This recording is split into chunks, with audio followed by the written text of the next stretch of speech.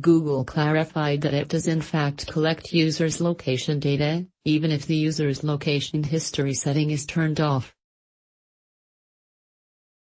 The admission comes days after a report uncovered the Silicon Valley giant stored the data from smartphones regardless of setting. Google revised a help page about its location history setting, clarifying that the setting does not affect other location services on your device and that some location data may be saved as part of your activity on other services, like search and maps.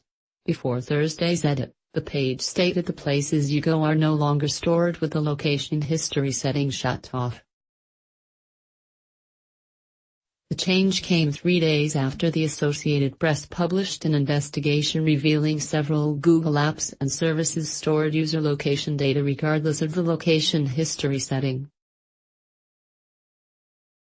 In a statement to this news organization, a Google spokesperson said, "We have been updating the explanatory language about location history to make it more consistent and clear across our platforms and help centers."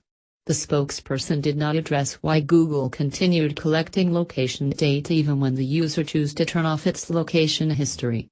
The Associated Press report alarmed privacy researchers, as collecting continuous location data may carry privacy risks, with one calling Google's practice disingenuous. The Associated Press corroborated their findings with computer science researchers at Princeton University before publication.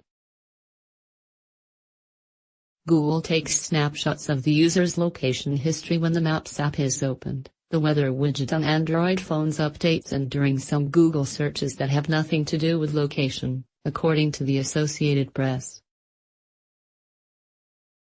After the snapshot, Google saves it to the user's account? In order to turn off snapshots from Google apps and services, users need to turn off both location history and web and app activity settings, according to the Associated Press. The Associated Press started its investigation after a graduate researcher at UC Berkeley noticed that her Android phone's Google Maps app wanted her to rate a shopping trip to Kohl's despite her having shut off location history. The researcher, Kay Shankari, wrote about her discovery and her personal questions in a blog post on the UC Berkeley research website. Data collection for web browsing and social media is currently under intense scrutiny, but smartphone sensors can be the source of even more privacy-sensitive data, collected completely without human interaction, wrote Shankari. Issues around consent, control and trust are currently fuzzy in this domain due to the blurring of boundaries between the phone operating system and proprietary services. How can we truly know what closed-source software is actually collecting and when it is doing so?